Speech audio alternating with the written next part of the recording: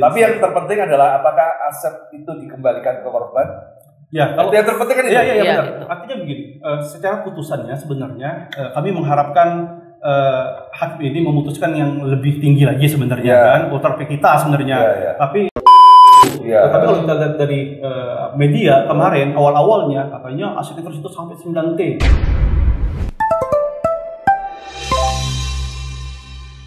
Halo Srisma, ketemu bersama saya Roy Sakti dan kali ini akhir dari perjalanan kasus robot trading ATG. Hari ini sudah diputuskan bahwa Wahyu Kenso CS bersalah ya dan ada vonis. Nah, hari ini saya bersama dari perwakilan ada Mas Bionda dan Bu Anggi dari MZA.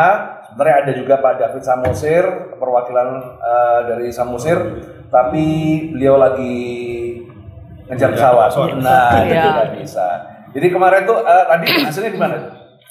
Jadi kalau bicara hasilnya ini pertama-tama kita harus melakukan apresiasi ya, terutama pada jasa penuntut umum karena dari proses awalnya itu sidang tanggal 7 Oktober ya sampai Januari 2024 ini mereka sudah menyusun surat dakwaannya sampai surat tuntutan ini menurut saya sangat baik sekali. Bagus, ya. Dan itu sangat mengakomodir semua rasa keadilan daripada korban. Terus selanjutnya kita juga mengapresiasi ya buat hakim ya yang telah memutuskan yang menurut kami ya sudah memenuhi unsur keadilan juga untuk para korban di mana ini sangat ditunggu-tunggu. Dan putusan itu sangat baik lah kami pikir walaupun dari tuntutan dari JPU itu lebih ringan gitu loh terhadap tiga terdakwa itu. Jadi finalnya gimana putusannya itu? Finalnya sebenarnya ya dari tiga terdakwa itu putusan yang pertama adalah Raymond diputuskan 4 tahun ya. Terus Baju Walker itu sekitar 8 tahun. Wahyu Kenso ini lebih tinggi. Tuntutannya 15 tahun. Terus diputuskan 10 tahun dengan subsidiar sekitar 3 bulan dengan pengembalian uang sekitar 10 miliar. Denda. Dan kami melihat bahwa tuntutan ini sudah berdasarkan kepada fakta yuridis di laporan. Termasuk gede loh ya. Besar. Iya. Besar ya. Besar. Wilayah Jawa Timur soalnya segitu semua. Benar. Dibanding yang di Bandung, benar. Jakarta ya. Itu termasuk besar ya. Mantap lah PN Malang. PN Malang menurut saya bisa menjadi pembelajaran ya. Putusan sebelumnya karena kenapa? Menurut kami di antara semua kasus robot trading di PN Malang ini di mana hakim dan JPU-nya sangat cermat dan detail melihat dan tidak terpengaruh dengan masa dan tidak terpengaruh dengan masa. Padahal selama jalannya sidang itu kan masanya Wahyu Kenso itu kan luar biasa. Sekeliling pengadilan itu. Pengadilan. Dan Roy juga tahu bahwa banyak isu-isu di luar putusan itu akan bebas karena kita melihat kasus robot trading sebelumnya itu kan banyak permasalahan termasuk DNA Pro dan Net 89 pun sampai ada putusan selah gitu akhirnya surat dakwaannya batal demi hukum yang sangat merugikan kami lah. Net 89 malah Prapit bebas ya. Prapitnya bebas lebih parah lagi yang harusnya itu kan menjadi pada keputusan sebelumnya ada e-potret gitu loh yang putusannya sangat baik sekali terhadap korban gitu loh. Jadi kelihatannya di PN Malang ini udah belajar dari kasus e-potret yang sini lebih halus. Benar. Bisa jadi jurisprudensi lah contoh gitu. Tapi yang terpenting adalah apakah aset itu dikembalikan ke korban? Ya, kalau yang terpenting kan itu. Benar. Artinya begini, secara putusannya sebenarnya kami mengharapkan hakim ini memutuskan yang lebih tinggi lagi sebenarnya kan, ultra kita sebenarnya. Tapi tidak apalah, artinya ini diputuskan ringan, tetapi putusan itu sebenarnya sangat baik. Semua aset itu dana dikembalikan kepada korban, terus dikembalikan kepada wakil yang sah, artinya pada law firm. Berarti hukum masing-masing nih. Terus kalau ada lebihnya itu sebagai rampasan terhadap negara. Bunyi putusnya seperti itu. Jadi dikembalikan kepada korban. Sebentar. Definisi korban itu apa Mbak Anggi? Ya member yang sah yang ada laporannya di. Yang melapor yang melapor ke polisi. Terus kalau member yang nggak melapor gimana? Ya wassalam. Sebenarnya tambahan ya kalau masalah korban kita sebenarnya ada definisi lah secara konkret harusnya ya. Korban itu harusnya kan yang melaporkan. Yang pertama di Barreskrim gitu. Di sini kan dilakukan audit di mana yang melakukan audit itu KAP. Terus ada persidangan nantinya. Persidangan itu adalah penetapan adalah korban di mana seperti ini ada putusan sekarang. Terus kedua adalah biasanya ada melakukan perma. Nomor 1 tahun 2022 di mana kita bisa mengajukan restitusi. Nah, ditetapkan oleh LPSK, nanti kita melakukan persidangan di pengadilan yang bertempat sekarang PN Malang. Nanti mereka melakukan pemutusan terhadap restitusi siapa aja korbannya. Harus seperti itu. Tetapi kan pada faktanya yang kami alami di kasus DNA Pro kemarin itu amburadul. Jadi semua orang mengaku korban, padahal tidak melakukan audit sama sekali dan mengaku korban, dan mereka alasan ini manusiawi. Padahal kita ini negara hukum, bukan negara manusiawi. Kalau manusiawi ya bila perlu ya sekalian aja yang bukan korban pun ya kan gelandangan segala macam kita kasih aja sekalian ke manusiawi gitu. Berarti sebentar yang dikembalikan total aset berapa?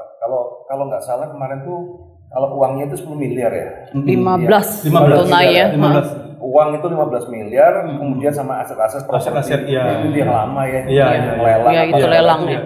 Itu yang lama. Kita masih masih belum tahu secara persis ya. Persis ya. Angkanya berapa ya? Angkanya berapa? Ada yang bilang 15 gitu loh. Ada yang bilang dengan harta bergerak segala macamnya, tidak bergerak segala macamnya itu lebih baik itu. Tapi kalau kita lihat dari media kemarin awal-awalnya katanya aset itu sampai 9T. 9T ini kita nggak tahu. Apa ini kita nggak tahu kan? Iya, kita kan masih belum tahu. Jadi menurut saya di sini harus ada transparansi dari pihak pertama dari pihak penyidik kemarin berapa mereka melakukan sitaan aset, dilimpahkan ke pengadilan, JPU juga harus melakukan transparansi berapa sebenarnya. Jadi tidak ada asumsi liar dari para korban, termasuk nanti kami yang dikembalikan lewat kami yaitu profil yang sah mengembalikan ini kan biar tidak ada asumsi yang tidak baik gitu. Terus begini, ada yang mau saya tanyakan yaitu kasus ATG ini kan kalau nggak salah ada susulan di Bareskrim yang tersangkanya Idaman Gia sama Lili. Itu sebenarnya kita dapat informasi seperti itu ya. Tetapi kita penjelasannya gimana? Tapi penjelasan sampai sekarang belum ada info sih, belum ada yang lebih konkret ya daripada itu. Karena terakhir aku cuma dapat lihat fotonya si Gia sama Lili pakai baju oranye gitu loh. Tapi kemudian itu apakah menjadi satu kesatuan atau terpisah? Harusnya menjadi. Kalau begitu harus harus terpisah ya. Karena kan ini sudah Wahyu Kenzo dan 3 tersangka itu juga terpisah berkasnya. 343, 344 sama 345 dengan khusus mereka gitu loh. Belum ada ya, berarti mereka masih belum ada mau inkrah atau banding ya? Kalau masih pikir-pikir tadi itu yang kita ditanya sama pihak hakim bahwa mereka masih pikir-pikir. Tetapi tadi barusan kita dapat share dari informasi kuasa hukumnya Wahyu Kenzo, harusnya mereka ingin melakukan banding karena mereka menganggap bahwa hakim ini tidak adil gitu loh. Tetapi kami melihat bahwa hakim ini sudah melihat fakta yuridis, surat dakwaan, pembuktiannya, terus ada doktrin aksuris segala macam. Padahal mereka nggak sadar ya kan, kalau di kasus Viral Blast kan juga begitu ya. Iya. Jadi banding 11 tahun, banding tetap 11 tahun, kasasi 20 tahun. Malah lebih berat. Tambah lebih berat. Kayak binomo itu kan kemarin lebih berat. Lebih berat. Pengadilan tinggi itu memang korban. Iya. Jadi jangan sampai nanti, yang menurut saya nih ya, hakim melakukan ultra petita. Jadi tuntutan JPU itu akan lebih tinggi daripada tuntutan yang sekarang ini gitu. Mungkin itu yang harus dipikirkan oleh kuasa hukum. Jangan sampai nanti klien mereka menjadi lebih berat. Lebih berat lagi. Lebih berat hukumannya gitu loh. Karena sudah ada jurisprudensinya kan? Iya, sudah ada. Kasus Viral Blast itu kan sudah ada. Benar. Oke. Nah terus yang kemarin yang masa-masa yang berkumpul itu bagaimana itu nasibnya mereka itu? Kan mereka itu kan dijanjikan surat utang, SPH gitu. SPL lah, SPH. Ya, jadi sebenarnya yang dilakukan sama mereka ini adanya SPH surat pengakuan hutang. Ini sebenarnya menjadi pertanyaan kami karena kami sempat khawatir juga kami. Kenapa? Karena kalau kita melihat kasusnya KSP Indosuria, kenapa dilakukan onslah bahwa tidak ada perbuatan pidana di situ? Karena ada perdata. Nah, itu kan lepas. Itu mereka kayaknya mereka melakukan strategi seperti itu, melakukan surat pengakuan hutang SPH diserahkan kepada hakim, tetapi sekali lagi mungkin hakim jeli melihat fakta yuridis bahwa ini ada unsur nih undang-undang TPPU itu nomor 8 tahun 2010 di mana pasal 3 junto pasal 10, pasal 5 junto pasal 10 di mana ada kesepakatan tersebut di situ, di situ. Jadi ini akan dibagikan ke korban ya, bukan ke porkan ya. Makanya tadi dibilang ini bahagia buat korban, tidak bahagia buat korban. Narasinya seperti itu. Narasinya seperti itu. Aku juga heran ya, mereka itu kok sampai sekarang itu masih dibodohin aja nggak tobat gitu ya. Ya mungkin Padahal mereka itu udah ngumpulin duit cari sumbangan, bikin apa. Ini malah nggak dapat duitnya, malah keluar duit. Istilahnya di lapangan tadi, istilahnya 6 orang lawan 150 orang. Iya. 150 orang dengan baju yang luar biasa kan kita datang ya. Mungkin tadi hakim. Terus begitu kena putusan itu gimana tuh di ruang sidang itu, Bang? Ya, ada yang bilang, ada yang nangis, ada yang bilang perjalanan kita masih panjang nih. Padahal udah selesai. Yang pasti para hakim memutuskan itu bunyi sorakan. Iya, rame. Itu hal biasa lah mungkin. Gitu ya. Namanya kecewa, manusiawi menurut saya sih nggak apa-apa menurut saya. Ya sudahlah, biarlah guys. Oke, thank you Mas Biyoda dan Mas Andi, Bang Anggi. Kasus NET 89 katanya ya di LP ulang ya? Kalau NET 89 itu memang rencananya ada melakukan sprindik baru. Kita mau melakukan LP ulang, sudah ada juga korban yang kirim berkas ke kita. Tapi yang pasti kita tetap mendorong supaya pihak JPU untuk melakukan pihak terdakwa pihak yang kemarin bebas tuh udah dikasih tahu sama Barreskrim. Oh begitu ya. Terlalu ya. Iya.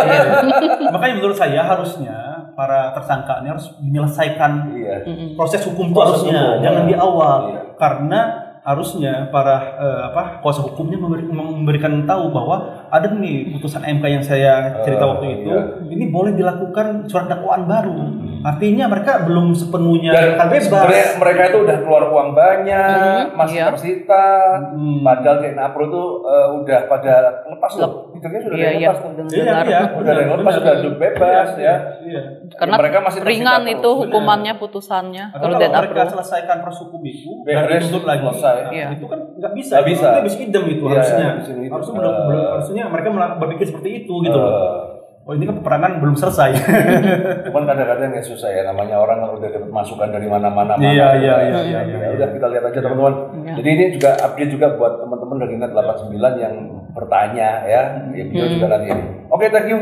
Baik. Pak Biyoda, semoga sukses.